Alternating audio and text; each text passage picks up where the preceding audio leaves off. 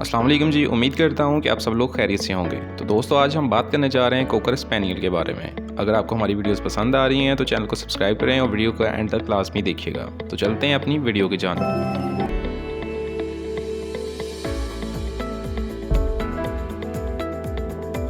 Kokar spaniel की इब्तिदा Spain में हुई। अल्फाज स्पेन और स्पाइनल जो आपस में दरअसल मिलते हैं, लिहाजा कहा जाता है कि ये वुडकॉक नामी एक परिंदे के शिकार पर महारत रखते हैं। वुडकॉक नामी परिंदे के शिकार पर महारत की वजह से इनका नाम कॉक और स्पैनियल ब्रीड है, जिसकी वजह से इनका नाम स्पैनल यानी कि कोकर स्पाइनल बना।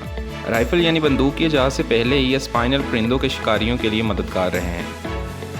तब शिकार कुत्तों और जाल की मदद से किया जाता था, जबकि आजकल भी यही तरीकाकार इस्तेमाल किया जाता है। सदियों से यूरोपीय और बरतानी स्पैनियल को गैर रस्मी तौर पर मुख्तलिफ ग्रुप में तकसीम कर दिया गया था। ताहम 19वीं सदी में जब नस्ल के मेयार कुत्ते के शो और फील्ड ट्रायल्स लिखे गए और खालिस नस्ल वाले कुत्तों के ख्याल ने ही इंग्लैंड में खींचना शुरू किया, तो मुख्तलिफ स्पाइनल्स को मखसूस नस्लों में दर्जाबंद कर दिया गया। अमरीका में कोकर स्पाइनल को 2 किस्मों में तब्दील कर दिया गया, अमरीकी और अंग्रेज़ी।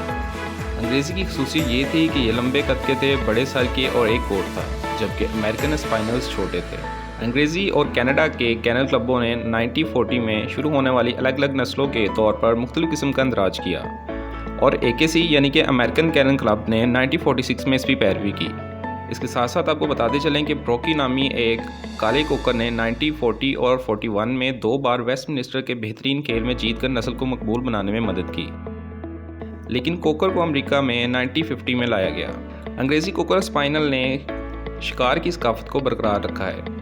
इस कुत्ते को शिकार करने के अलावा कुछ ही चीज़ें अच्छी लगती हैं। ये एक ऐसी नस्ल है जो हर ख़ानदानी सरगर्मी का हिस्सा बनना पसंद करती है। ये नस्ल खुशमिजाज, काबिल, वफादार, हसास और जिंदा दिल है। काबिल ख्याल, बच्चे हों या बूढ़े, सभी के साथ एक अच्छे साथी हैं। ये एक दोस्ताना कुत्ता है, दूसरे कुत्ते और पालतू जानवर, अजनबी, यहाँ तक के चोरों का भी सगा है। अंग्रेज़ी कोकर स्पाइनल एक उम्दा वॉचडॉग है, लेकिन गार्ड डॉग के लिए ये एक नाकस इंतखाब है। और अगर इनकी ग्रूमिंग के बारे में बात कर ली जाए तो लंबे बाल होने की वजह से इनकी देखभाल की ज़रूरत ज़्यादा पड़ती है। तकरीबन हर रोज़ या हर दूसरे रोज़ इनको ग्रूमिंग की ज़रूरत पड़ती है।